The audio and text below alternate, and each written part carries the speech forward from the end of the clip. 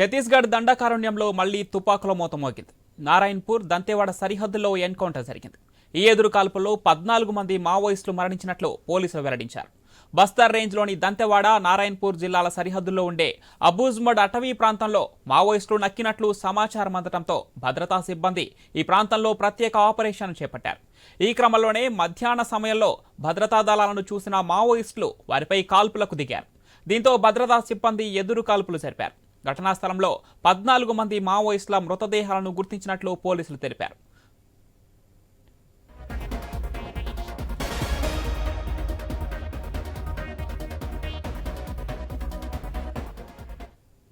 భారీ ఎత్తున పేలుడు పదార్థాలను కూడా స్వాధీనం చేసుకున్నట్లు పేర్కొన్నారు పోలీసులు. ప్రస్తుతం ఎన్కౌంటర్ కొనసాగుతోంది. మృతుల సంఖ్య మరింత పెరిగే అవకాశం ఉన్నట్లు తెలుస్తోంది.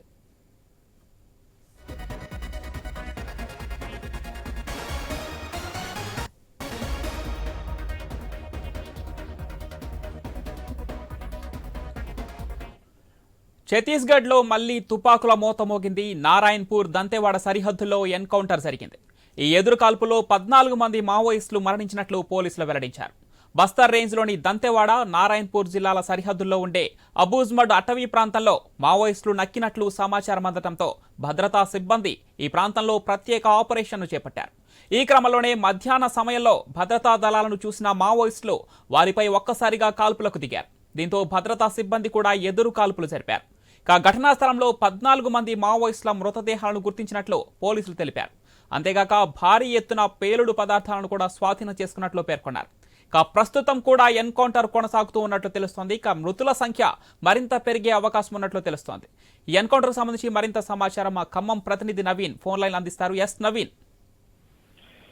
పవన్, మనం చూడొచ్చున్న ఛత్తీస్గఢ్ రాష్ట్రంలో నారాయణపూర్ దంతెవాడ జిల్లా ప్రాంతంలో భారీ ఎన్కౌంటర్ చోటు చేసుకుంది. ఇదంతా కూడా అంబుజ్మడ్ ఏరియా, అంటే మావోయిస్టు పరిపాలన కొనసాగుతున్న అంబుజ్మడ్ ఏరియా. ఇది మావోయిస్టులకి కంచుకోటగా ఉంది అడవి ప్రాంతం మొత్తం కూడా. అయితే మావోయిస్టు కొద్దిసేపటి కింద మనం చూసుకున్నట్టయితే మధ్యాహ్నం నుంచి కూడా అక్కడ కాల్పులు అనేది కొనసాగుతుందని చెప్పేసి కూడా పోలీసులు చెప్తున్నారు. మొదట మావోయిస్టులే పోలీసులపై కాల్పులు చేశారు. అప్పటి నుంచి కూడా దాదాపుగా ఇప్పటివరకు కూడా కాల్పుల మోతతో దద్దరిల్లుతుంది అడవి ప్రాంతం మొత్తం కూడా చెప్పుకోవచ్చు. దాదాపుగా ఇప్పటికే 14 మంది ఆ మావోయిస్టు మృతదేహాలు కూడా స్వాధీనం చేసుకున్నారని చెప్పేసి కూడా పోలీసులు చెప్తున్నారు. 14 మంది చనిపోయారని చెప్తున్నారు. ఇంకా మృతుల సంఖ్య పెరిగే అవకాశం ఉంటుందని చెప్పేసి కూడా అక్కడ పోలీసులు భావిస్తున్న పరిస్థితి మనం చూడవచ్చు. ఎందుకంటే అది భారీ ఎన్కౌంటర్ అని చెప్పుకోవచ్చు. మావోయిస్టులకి గట్టి ఎదురు దెబ్బ అని కూడా చెప్పుకోవచ్చు. ఎందుకంటే దాదాపుగా మనం చూసుకున్నట్టయితే ఈ ప్రాంతంలో మావోయిస్టుల కంచుకోట ఉన్నట్టు అంబూజ్ ప్రాంతంలో పూర్తి స్థాయిలో కూడా ఎన్కౌంటర్లు అనేది పూర్తి స్థాయి ఎన్కౌంటర్లు అనేది కొనసాగుతున్న పరిస్థితి మనం చూడవచ్చు. ఎందుకంటే మావోయిస్టుల షెల్టర్ జోన్ గా ఆ ప్రాంతం ఉంది. ఆ ప్రాంతంలో పోలీసులు గట్టి నిఘా పెట్టారు. భారీ భద్రతా బలగాలు కూడా అక్కడ మోహరించిన పరిస్థితి మనం చూడవచ్చు. అయితే మధ్యాహ్నం నుంచి కూడా అక్కడ కాల్పులు అనేది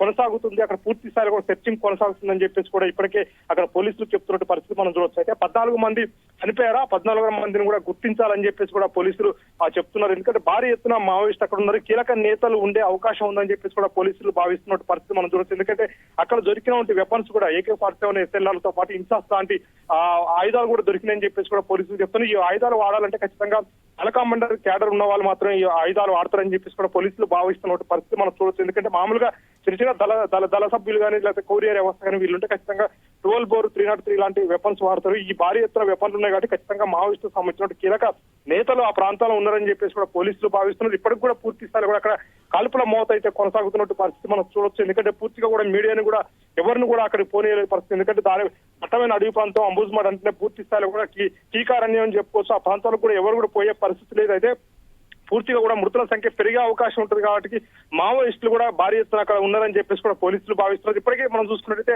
అదనపు బలగాలను కూడా హెలికాప్టర్ ద్వారా కూడా ఇప్పుడు అడవి ప్రాంతానికి అయితే చేరుకున్నట్టు పరిస్థితి. కాబట్టి నైట్ కూడా పూర్తి స్థాయిలో సెర్చింగ్ కొనసాగుతుంది.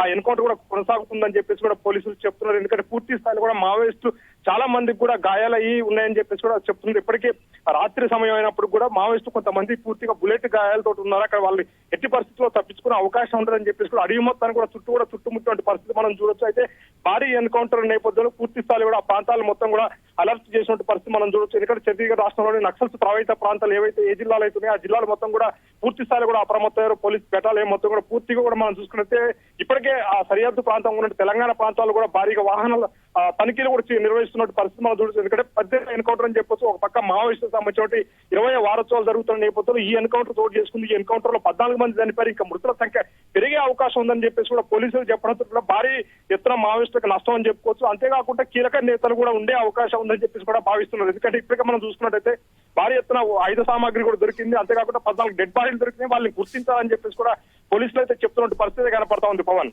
Right Naveen, thank you.